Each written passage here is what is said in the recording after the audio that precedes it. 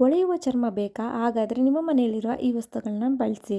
Glow face pack ಆಗಿರಲಿ ಅಥವಾ ಹೊಳೆಯುವ ಮುಖಕ್ಕಾಗಿ ಬಳಸುವ ಮನೆಮದ್ದುಗಳು ನಿಮ್ಮ ಚರ್ಮವನ್ನು ಹೊಳೆಯುವಂತೆ ಮಾಡುವುದು ಮಾತ್ರವಲ್ಲದೆ ಕಲೆಗಳು ಮತ್ತು ನಿಮ್ಮ ಚರ್ಮದ ಟೋನನ್ನು ಸಹ ತೆಗೆದುಹಾಕಲು ಸಹಾಯ ಮಾಡುತ್ತದೆ. ಆದರೆ ನೈಸರ್ಗಿಕವಾಗಿ ಹೊಳೆಯುವ ಚರ್ಮವನ್ನು ಪಡೆಯುವುದು ಹೇಗೆ? ಸೊ ಫುಲ್ ವಿಡಿಯೋ ನೋಡಿ, ಇದ್ರ ಬಗ್ಗೆ ಹೆಚ್ಚಾಗಿ ಮಾಹಿತಿ ತಿಳಿಸ್ಕೊಡ್ತೀನಿ. ಉತ್ತಮ ಮತ್ತು ಆರೋಗ್ಯಕರ ಚರ್ಮವು ಒಂದು ಆಶೀರ್ವಾದವಾಗಿದೆ, ಆದರೆ ಹೊಳೆಯುವ ಚರ್ಮವನ್ನು ಪಡೆಯುವುದು ಅಷ್ಟು ಸುಲಭವಲ್ಲ. ಅದನ್ನು ಪಡೆಯಲು ಸರಿಯಾಗಿ ತಿನ್ನುವುದು, ದಿನವಿಡೀ ಸಾಕಷ್ಟು ನೀರು ಕುಡಿಯುವುದು, ನಿಮ್ಮ ಚರ್ಮದ ಪ್ರಕಾರಕ್ಕೆ ಸೂಕ್ತವಾದ ತ್ವಚೆ ಉತ್ಪನ್ನಗಳನ್ನು ಬಳಸಬೇಕಾಗುತ್ತದೆ. ಆದರೆ ಈ ಹೊಳೆಯುವ ಚರ್ಮ ತಕ್ಷಣವೇ ಲಭಿಸುವುದಿಲ್ಲ. ನಿಮಗೂ ಹೊಳೆಯುವ ಚರ್ಮ ಬೇಕೇ? ಹಾಗಾದರೆ ಈ ಫುಲ್ ವಿಡಿಯೋ ನೋಡಿ, ನಿಮಗೆ ಹೆಲ್ಪ್ ಆಗುತ್ತೆ. ನೀವು ನಿಮ್ಮ ಮನೆಯಲ್ಲಿ ಲಭ್ಯವಿರುವ ವಸ್ತುಗಳನ್ನು ಬಳಸಿ ಇದನ್ನು ಪ್ರಯತ್ನಿಸಬಹುದು ಮತ್ತು ಪರಿಣಾಮಕಾರಿ ಫಲಿತಾಂಶಗಳನ್ನು ಪಡೆಯಬಹುದು.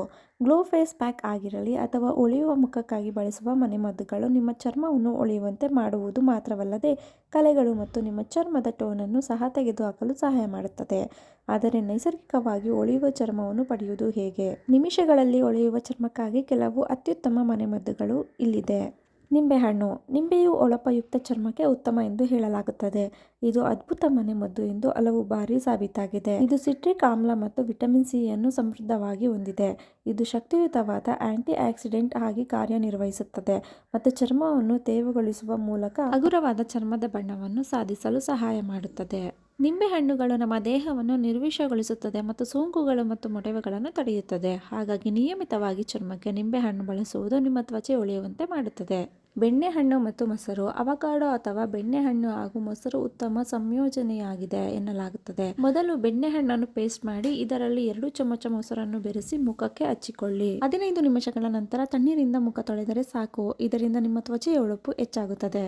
ಓಟ್ಸ್ ಮತ್ತು ಮೊಸರು. ನಿಮ್ಮ ಮುಖದ ಹೊಳಪು ಹೆಚ್ಚಾಗಲು ಓಟ್ಸ್ ಪ್ರಮುಖ ಪಾತ್ರವಾಗುತ್ತದೆ. ಓಟ್ಸ್ ಮೀಲ್ ಅನ್ನು ಪೇಸ್ಟ್ ಮಾಡಿಕೊಂಡು ಅದಕ್ಕೆ ಮೊಸರನ್ನು ಸೇರಿಸಿ ಮಿಶ್ರಣ ಮಾಡಿ.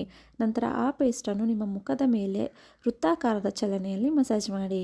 ಇದು ಸತ್ತ ಚರ್ಮದ ಕೋಶಗಳನ್ನು ತೆಗೆದುಹಾಕುತ್ತದೆ. ನಿಮ್ಮ ಮುಖವು ಹೆಚ್ಚು ಕಾಂತಿಯುತವಾಗಿಸುತ್ತದೆ. ಚಿಯಾ ಬೀಜಗಳು. ಚಿಯಾ ಬೀಜಗಳು ಆರೋಗ್ಯಕ್ಕೆ ಎಷ್ಟು ಉಪಯುಕ್ತ ಎಂಬುದು ಎಲ್ಲರಿಗೂ ತಿಳಿದಿದೆ. ಹಾಗೆಯೇ ಇದು ಚರ್ಮದ ಆರೋಗ್ಯಕ್ಕೂ ಕೂಡ ಸಹ ಉತ್ತಮ ಎಂದು ಹೇಳಲಾಗುತ್ತದೆ.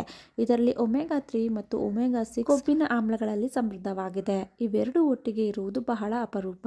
ಇದು ಚರ್ಮವನ್ನು ತೇವಗೊಳಿಸುತ್ತದೆ. ಹಾಗಾಗಿ ನೀವು ಚಿಯಾ ಬೀಜಗಳನ್ನು ಪೇಸ್ಟ್ ಮಾಡಿ ಮುಖಕ್ಕೆ ಹಚ್ಚಿಕೊಳ್ಳಿ. ಹಾಗೆಯೇ ನೀವು ಪ್ರತಿದಿನ ಚಿಯಾ ಬೀಜಗಳನ್ನು ಸೇವನೆ ಮಾಡುವುದು ಸಹ ಒಳ್ಳೆಯದು.